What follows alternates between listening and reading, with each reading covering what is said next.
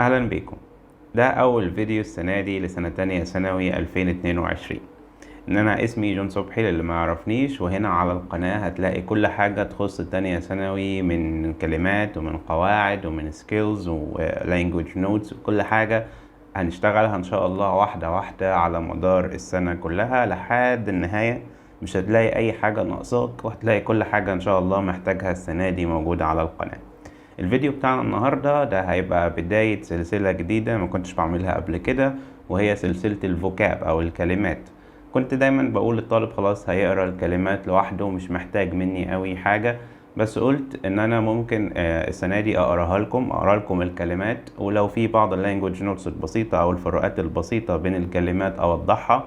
ده هيساعدك اولا انك تسمع النطق كويس، وده هيسهل عليك الحفظ، وثانيا لو بعض الفروقات زي ما انا بقول كده دي هتبقى مهمة ان انت تعرف الفروقات دي، فجايز شرحها يسهلها عليك وتفهمها بسهولة. الفيديو بتاعنا هيبقى على جزئين علشان خاطر الدرس بتاعكم بيبقى مقسوم 2 بارت في الملخص، فاحنا هنعمل الفيديو على جزئين بس هما يعني هيفصل ما بينهم كده تشالنج او تحدي. ده هقول لكم عليه بعد نص الفيديو.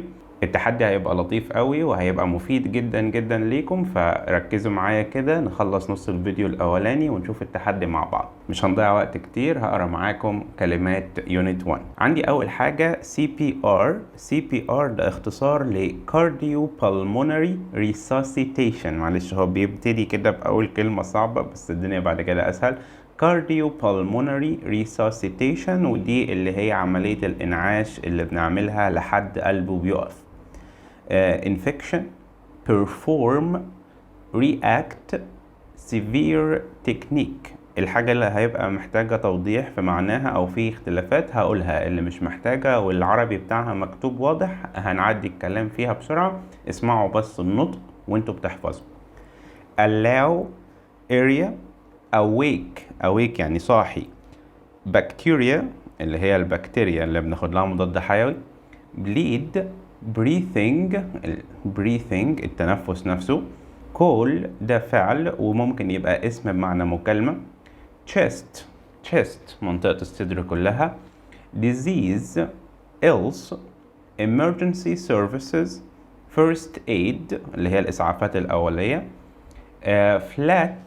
flat مسطح. immediately، injury، instructions، lock يعني اللي هو زي القفل، النون قفل لكن الفعل يقفل او يحبس، تنفع كل ده lock. normal، place، press يعني يضغط. rise يرتفع، وخدوا بالكم ان rise يعني يرتفع بنفسه، يعني لما اقول لك قوم وقف ممكن اقول لك rise. لما بنتكلم عن الشمس اللي بتشرق مثلا الصبح بنقول عليها sunrise او the rise. فهمتوا حاجة؟ يبقى احنا هنا الرايز ده يرتفع بنفسه. sign والجي ما بتتنطقش طبعا، دي معناها علامة. skill، surface سطح.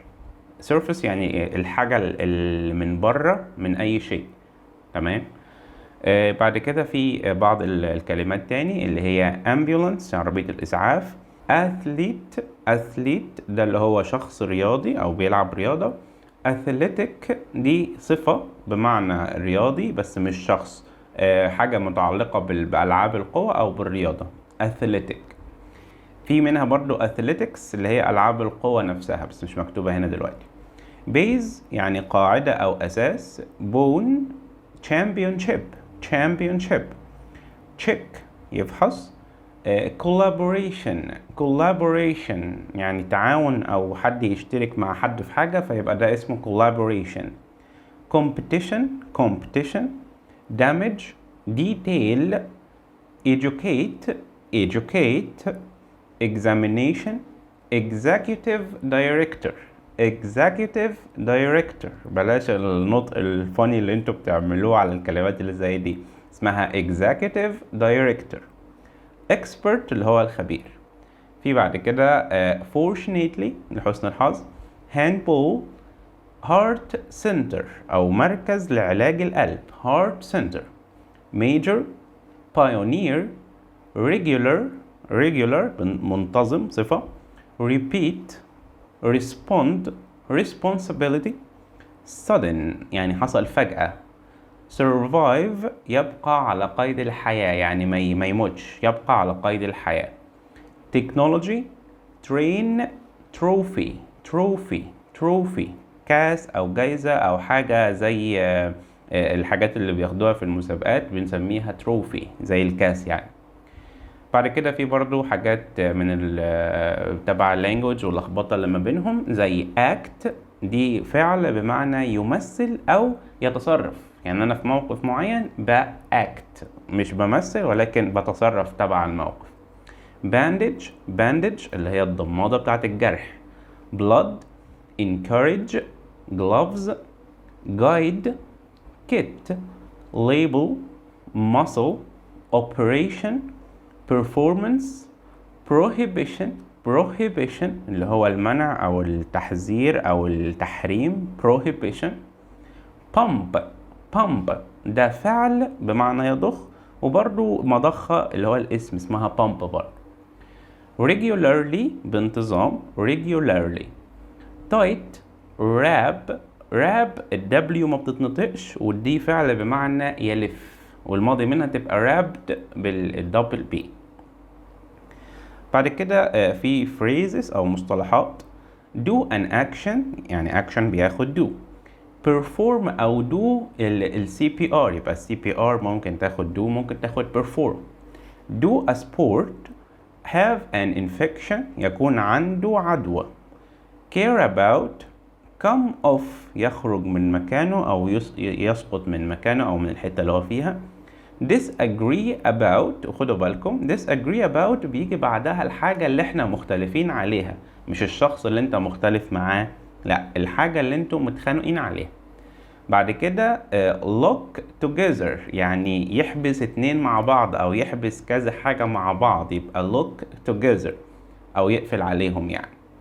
make sure perform a play البلاي هنا مش فعل البلاي هنا اسم اللي هي المسرحية وperform a play يعني يؤدي مسرحية أو يمثل مسرحية. stay healthy يبقى بصحة جيدة stay healthy. take up a new sport جميلة جدا ومهمة جدا take up هتلاقوا لها فيديو في language notes هنا على القناة هتلاقيه ظاهر عندك فوق. take up هنا معناها يبتدي في ممارسة حاجة جديدة زي الهوايات غالبا بتيجي مع الهوايات أو الحاجات اللي الواحد بيتعلمها. take up a new sport. look at دي ينظر إلى. reply to يعني يرد على حاجة reply to ممكن reply to شخص وممكن reply to a question تنفع. rise up على بعضها يعني يرتفع قلنا احنا rise يعني يقوم بنفسه rise up يرتفع. wrap around احنا قلنا wrap يعني يلف wrap حاجة around حاجة يعني يلف الحاجة الأولى على الحاجة التانية. طيب الديريفاتيفز او المشتقات دي حاجة مهمة قوي ومهم قوي واحنا بنحل في الجملة نركز الجملة عايزة هنا فعل ولا اسم ولا صفة ولا ايه بالظبط ولا حال ولا ايه لان الحتة دي يمكن من اصعب الحاجات اللي بتبقى في الجملة ان انا احدد الجملة عايزة ايه هنا بالظبط. طيب لو ربنا كرمني وحددت الجملة عايزة ايه ودي هنبقى نتكلم عنها بعدين نحدد ازاي لازم ابقى عارف مين فيهم الاسم ومين فيهم الفعل وانا فبحفظهم كويس على انهم كلمات منفصلة يعني اتأكد ان ده الاسم ده كلمة والفعل ده كلمة علشان ما يدخلوش معايا في بعض. طيب عندي اول فعل اللي هو act يتصرف. النون منه action كلنا بنسمع الكلمة دي action يعني فعل او عمل ده الاسم بتاعه. الصفة في acting يعني بيعمل الحاجة وفي active اللي هو نشيط active برضو معروف. طيب allow يسمح allowing ده اللي هو السماح بذات نفسه allowed يعني مسموح بالحاجة دي. bleed ينزف والbleeding النزيف ومفيش صفة. collaborate يتعاون collaboration يعني تعاون أو حاجة مشتركة وcollaborative يعني تعاوني مشروع تعاوني مثلا يبقى collaborative. encouragement و encouraging يعني مشجع. guide guidance وguide guide اللي هو الفعل guidance اللي هو التوجيه والإرشاد وممكن guide نفسها تبقى مرشد يعني نون برضو بس بمعنى تاني اللي هو الشخص اللي بيقوم بالإرشاد guiding يعني حاجة مرشدة لينا زي مثلا guiding sign يعني علامة بترشدنا وهنتكلم بعد شوية صغيرين على الفرق بين sign و signal infect اللي هو يسبب العدوى infection اللي هي العدوى infected و infectious دول هما الاتنين معناه صفات الانفكتد ده واحد مصاب بالعدوى يبقى هو infected و infectious معناها حاجة مسببة للعدوى يعني لو انا كده عندي عدوى يبقى انا infected لو انا جات لي العدوى مثلا من شخص تاني يبقى الشخص ده بقول عليه infectious هو معدي بالنسبة لي injure يعني يصاب ده او يجرح ده فعل injury الإصابة و injured مصاب operate يقوم بعملية أو يعمل تشغيل لحاجة تنفع كده وتنفع كده في تقريبا برضو في language notes فيديو على operate و process operation و process و some وبعض الكلمات اللي بيلخبطوا شبه بعض operation بتيجي بمعنى عملية جراحية أو بتيجي بمعنى عملية دقيقة هتلاقوها في الفيديو operative يعني جراحي حاجة ليها علاقة بالجراحة أو حاجة شغالة operative دي صفة perform و performance و performing react والنون منها اسمه reaction اللي هو رد الفعل و reactive يعني بيحصل ذو رد فعل أو هو حاجة بنوصفها إنها بتعمل رد فعل دي صفتها ونفس reactive دي برضو معناها مشع بتيجي مع الحاجات المشعة زي الإشعاع النووي وكده بنسميها reactive يعني بتطلع إشعاع أو بتعمل رد فعل على وجودها في الطبيعة حتى كده. المهم الجزء اللي جاي برضه من الحاجات المهمة وهو المرادفات والمضادات وركزوا المرادف نفسها اسمها synonym والمضاد اسمها antonym فالناس ما تلخبطهمش في بعض. الكلمة الأولى اللي هي collaboration احنا قلنا collaboration معناها تعاون المرادف ليها participation يعني اشتراك و partnership يعني شراكة partner اللي هو شريك و partnership طب عكسها isolation يعني عزلة و disunion يعني اتحاد disunion يعني هنفض الاتحاد. طيب disease مرض ممكن يبقى illness وممكن يبقى sickness مع الاختلاف طبعا في اختلاف شوية ما بينهم بس مش مشكلة health اللي هي الصحة و well-being اللي هي الصحة الجيدة برضه. examination دي فحص دي زيها observation ملاحظة وفي checking يعني يفحص برضه هما مش المرادفات قوية قوي بس في اختلافات بسيطة بينهم بس طبعا بشكل عام كده قريبين في المعنى. عكسهم بقى عكس observation disregarded يعني يهمل الحاجة ويطنشها و negligence برضو معناها إهمال جاية من فعل negligence. طيب flat يعني مسطح straight أو plain دول برضو معناها مسطح أو مستوي straight يعني على طول و plane اللي هي زي بلين الطيارة. وبعد كده rough وبروكن rough بنقول على حاجة rough يعني حاجة مش سالكة rough ممكن تبقى حاجة خشنة ممكن لو طريق بنقول عليه rough يبقى الطريق فيه منحدرات وكده مش سالك يعني وبروكن يعني مكسور أو يعني مش مستقيم نفس الفكرة طبعا برضو عكسهم في المعنى شوي. بعد كده عندنا guide اللي هو فعل بمعنى يوجه ممكن تيجي direct يوجه وممكن advice ينصح. عكسهم بقى misguide حط MIS قبل guide أو abandon معناها يترك misguide يعني يضلل والتاني يترك. immediately في instantly يعني فورا و soon يعني قريبا وفي later و eventually يعني في النهاية هيحصل و later يعني بعدين. بعد كده في infection دي عدوى معناها contagion معناها عدوى برضو أو contamination معناها تلوث أو عدوى. طيب عكسها اللي هي عكس العدوى sterility يعني التعقيم أو الحاجة النظيفة والسانيتيشن اللي هي النظافة. sterility والسانيتيشن. injury اللي هي إصابة، زيها wound يعني جرح، وharm يعني إصابة. عكسهم بقى، دي إصابات وحاجات وحشة، عكسها remedy يعني علاج، وcure. perform زيها act وoperate، لو أنا بتكلم على مسرحية أو حاجة زي كده ممكن أعمل perform وممكن act وممكن operate، يتصرف أو يعمل حاجة، بس operate مش دقيقة قوي زيها هنا وفي اختلافات. عكسها بقى fail أو halt. fail يعني يفشل، يعني مش عارف يعمل الحاجة دي. press يضغط، زيها squeeze يفعص، وcompress يضغط. عكسها بقى تسيب الحاجة release يطلق كده أو يسيب، وextend يعني يمد أو يمتد كده. react اللي هو يتفاعل أو يعمل حاجة. proceed وريسبوند. proceed يعني يكمل، وريسبوند يعني يستجيب، برضه مش دقيقة. عكسها cease، مش كي سي، cease يعني يوقف. بعد كده responsibility زيها duty و liability. irresponsibility حط ال IRR في الأول أو ال IR بس، دي معناها عدم المسؤولية. و distrust خدوا بالكم هي dis وبعدها كلمة trust اللي هي ثقة، يبقى distrust عدم الثقة. severe يعني شديد، و acute يعني شديد، و extreme يعني شديد أو قارس. acute دي كلمة واحدة على بعضها. طيب عكسهم gentle يعني رقيق، أو mild يعني معتدل أو بسيط. skill اللي هي المهارة، والproficiency يعني الدقة والمهارة. والcraft زي اللي هي صنعة craft، يعني مش قوي مش قوية قوي في المرادف يعني.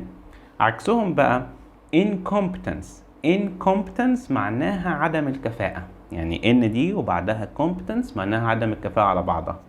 inability عدم القدرة، ما عندوش القدرة ان هو يعمل حاجة اصلا. في بعد كده حبة نوتس، بس اقول لكم على التشالنج بتاعتكم الاول قبل ما نقرا النوتس والفروقات ما بين الكلمات دي. التشالنج بتاعتنا ان احنا بعد ما سمعنا النطق بتاع كل الكلمات دي هنقرا الجزء بتاع الريدنج والليسننج من الملخص بتاعنا، بس واحنا بنقراه هنقول الكلام بالنطق الصح اللي احنا سمعناه، وهنحسب الوقت اللي احنا اخدناه في كل بارت من اليونت. يعني اليونت الاولى فيها 2 بارت، هيبقى البارت الاول هنقرا فيه الريدنج والليسننج وكل الحاجات اللي مكتوبة نصوص في الملخص، ونقرا ونستخدم الكلمات اللي احنا نطقناها سوا وننطق زي ما انا نطقت. لو انت مش فاكر النطق اسمع الفيديو تاني او شغل جوجل ترانسليت جنبك او اي قاموس جنبك واسمع، درب نفسك تعمل الحركة دي عشان ده بعدين هيخليك تتعلم كلمات بشكل حلو قوي. وبعدين احسب لنفسك الوقت اللي انت اخدته في كل بارت، وتعالى تحت الفيديو ده اكتب البارت الاول اخد مني كذا في الكومنتس، والبارت التاني اخد مني مدة كذا. انا هاجي بعد 3 فيديوهات من دلوقتي، بعد اول 3 يونتس هبص على الكومنتس كلها وهجمع اسماء الناس دي، وهطلع فيديو اقول اسماء الناس دي وهحييهم ان هم كملوا التشالنج بتاع معانا للاخر. بس كده هو ده اللي احنا كسبناه من التشالنج. التشالنج نفسها هي المكسب، ان انت بقيت بتقرا وبتنطق الكلمات اللي انت بتتلكلك دايما وانت بتقولها وبتبقى غالبا بتنطقها غلط، فانت كده بتدرب نفسك انك تقولها صح، وبالتالي بتسهل نفسك الحفظ لانك بتبقى بتقولها مرة واتنين وبتركز قوي عشان تقراها كويس وبتقراها بصوت وبتسمع وبتطلع قاموس، فانت هتسهل جدا في حفظها، هتتعلم تنطقها كويس، هتزود مهارة القراية اللي انت مهمل فيها وما بتقراش، فانت كده طالع كسبان من كل النواحي. اتمنى ان احنا نشدنا الموضوع التشالنج ده ويبقى مور فن، ويخلينا نتشجع شوية ونحب القراية شوية ونحب الكلمات شوية، ما تبقاش غلسة قوي وحشة.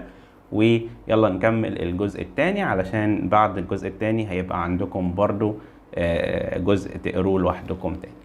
طيب في فروقات ما بين الكلمات اللي هي شوية شبه بعض.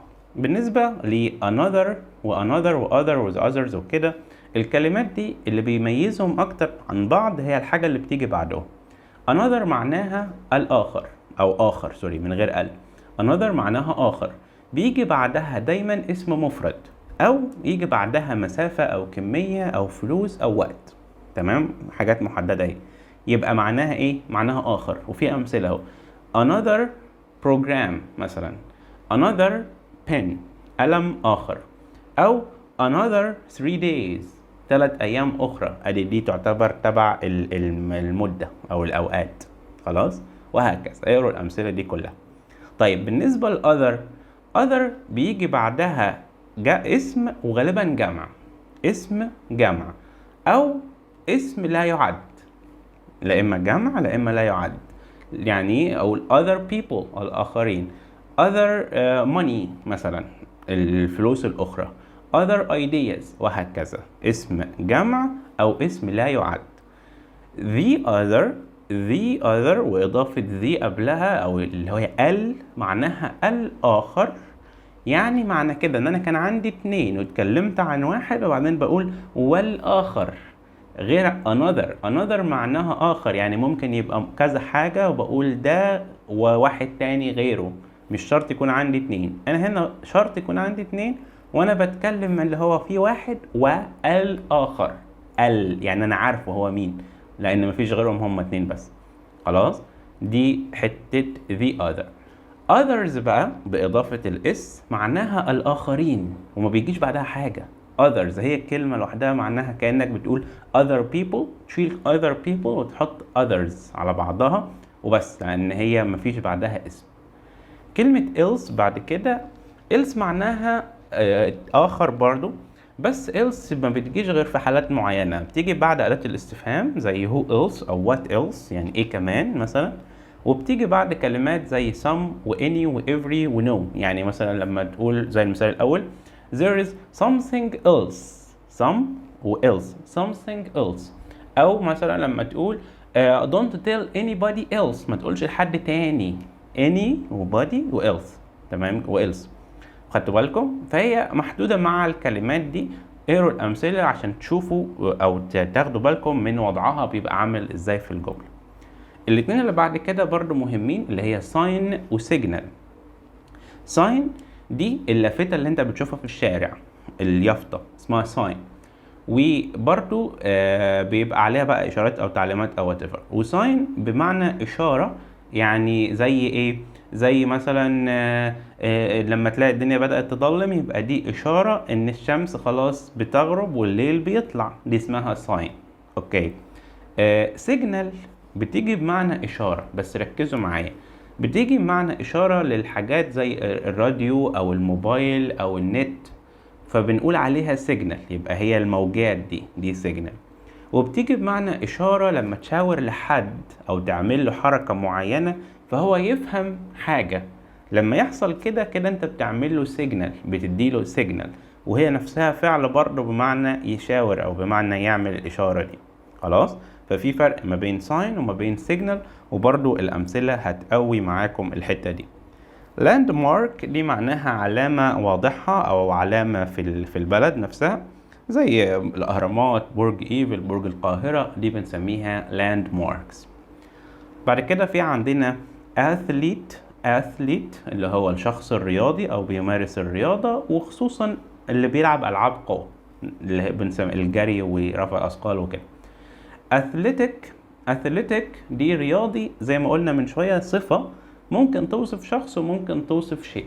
athletic.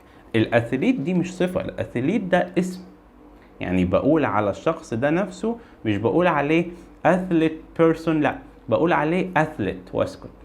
لكن athletic لازم يبقى بعدها موصوف لأنها صفة، athletic person أو athletic equipment. athletics اللي هي الألعاب الرياضية نفسها. خلاص، في بعد كده عندنا كيت وتول. كيت اللي هو مجموعة من الأدوات، زي صندوق بيبقى فيه مجموعة من الأدوات بنسميه كيت. التول اللي هي أداة واحدة دي تجمع عادي. بعد كده عندنا operation و process، قلت لكم اتفرجوا عليها في فيديو language notes. operation بتيجي بمعنى عملية جراحية أو عملية دقيقة، حاجة صغيرة، أو بتيجي مع الحاجات اللي هي زي عملية إجرامية بيسموها operation، عملية تبع الشركة بيسميها operation. تبقى حاجات برضو فيها نوع من الدقة أو نوع من الأهمية. process دي عملية بتاخد خطوات أو عملية من خطوات أجزاء يعني، وعملية طبيعية أو صناعية لحدوث حاجة. يعني البروسيس بتاعت مثلا إنتاج النبات للغذاء دي بنسميها بروسيس، خطوات وعملية طبيعية. أو البروسيس بتاعت إنتاج القلم مثلا، عملية التصنيع، خطوات في المصنع، ممكن طبيعية وممكن صناعية. هندخل بعد كده على البارت التاني من اليونت وهنقرا فيه الكلمات، دول أقل من البارت الأول. في عندنا brilliant يعني بارع أو ذكي، champion اللي هو البطل، course، join، mistake، Olympic اللي لسه خلصانة، perfect،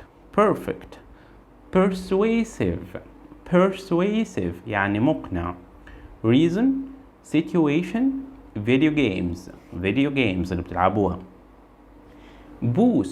بصوا boost مش بوست، لا بوست، بوست دي معناها يحفز او يزود او يعزز كده. brain، cell، كف اللي هو الكحة اسمها كف، GH، cover، explanation، immune system اللي هو الجهاز المناعي. والكلمات دي كلمات مهمة علشان لو حبينا نكتب باراجراف عن حاجة فيها أمراض أو كده. improve يحسن، ولنج اللي هي الرئة. في بعد كده عندنا ordinary يعني طبيعي، organ، protect، regularly دي صفة دي حال واتكلمنا عنها من شوية، separate اللي هو منفصل دي صفة وتنفع separate كفعل، هي تختلف في النطق، separate الفعل و separate يعني منفصل دي الصفة.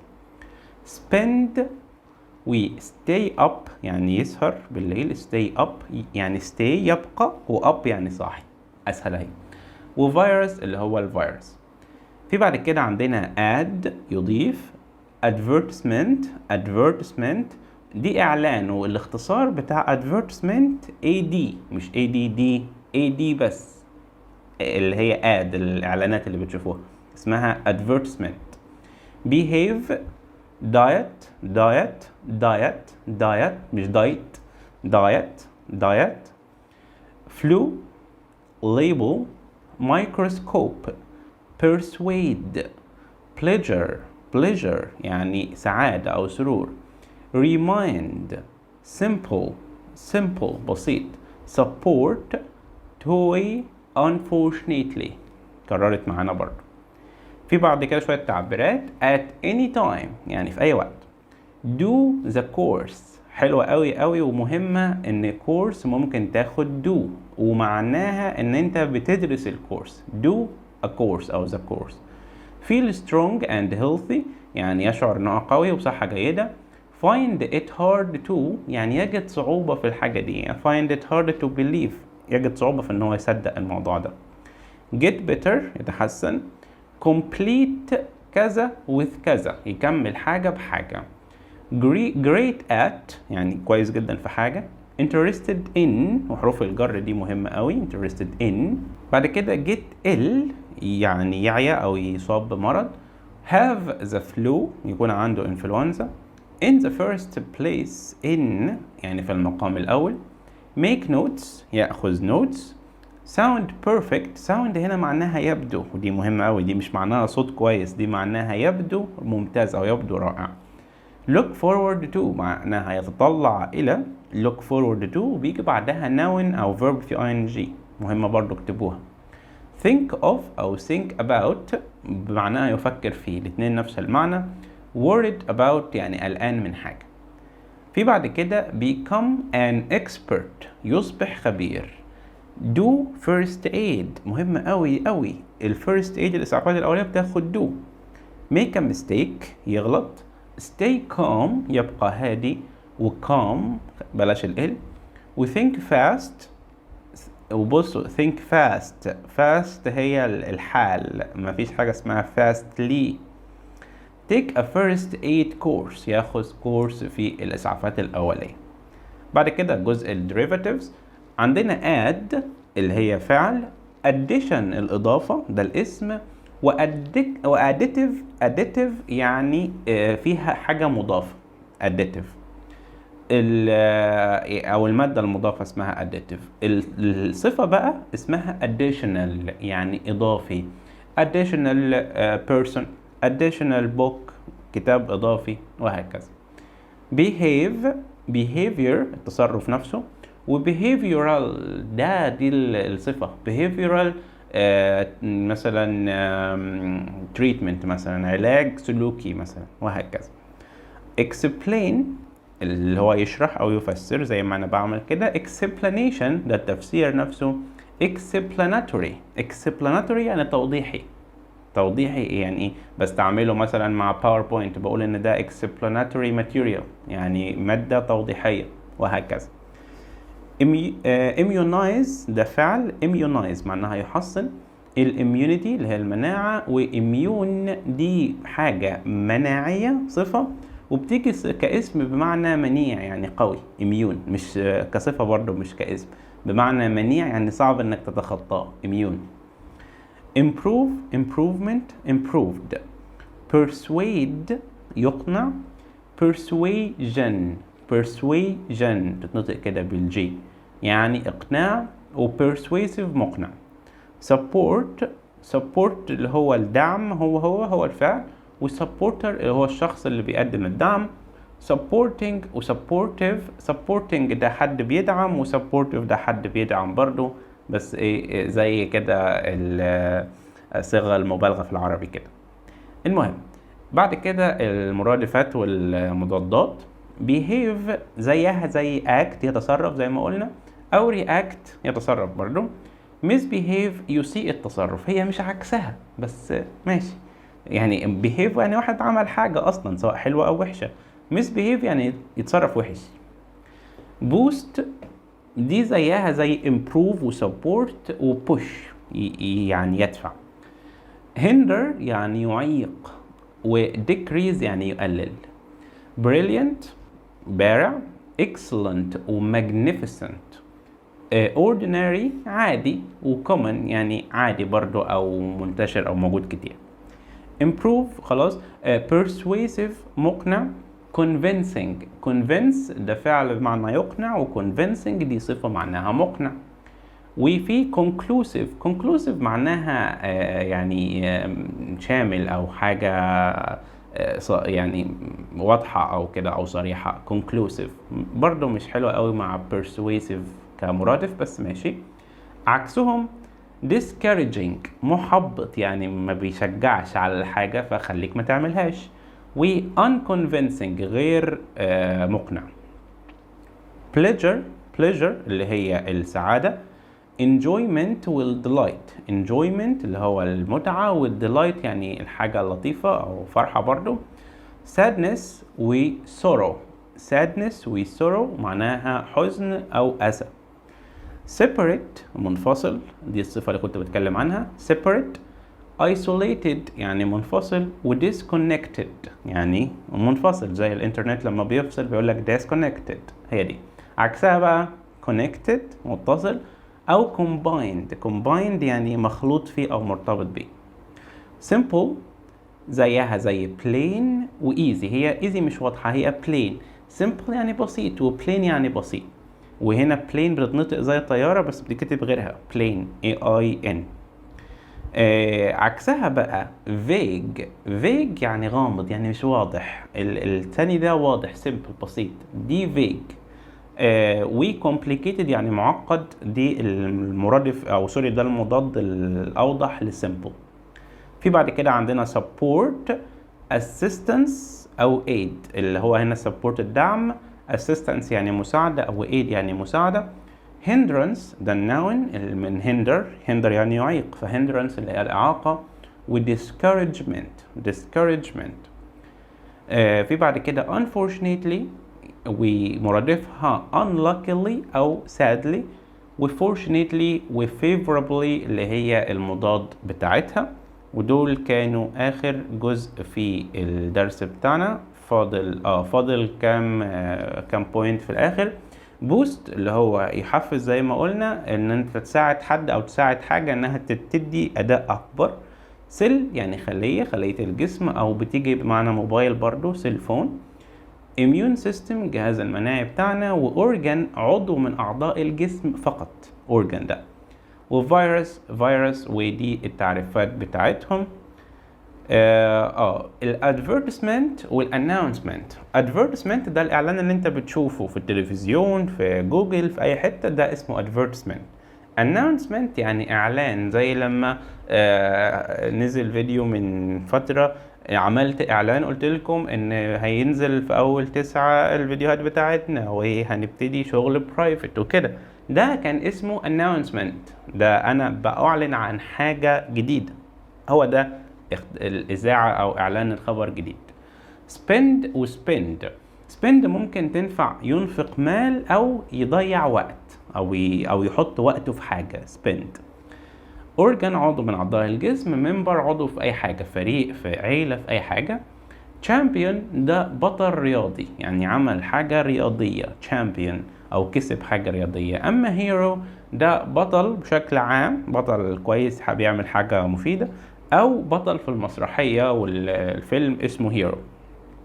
بعد كده 2-day course، ده يطول شرحه. الجزء بتاع الصفة المركبة بيبقى من رقم في الأول، وبعدها شرطة، وبعدها الحاجة أو الاسم مفرد مش جمع، مع المفروض يبقى 2 days، لا بتتكتب مفرد، وبعدها الموصوف مفرد برضو، ودي هنتكلم عنها أكتر قدام شوية، وهنتكلم عنها برضو في الجرامر، فخليها نأجلها دلوقتي.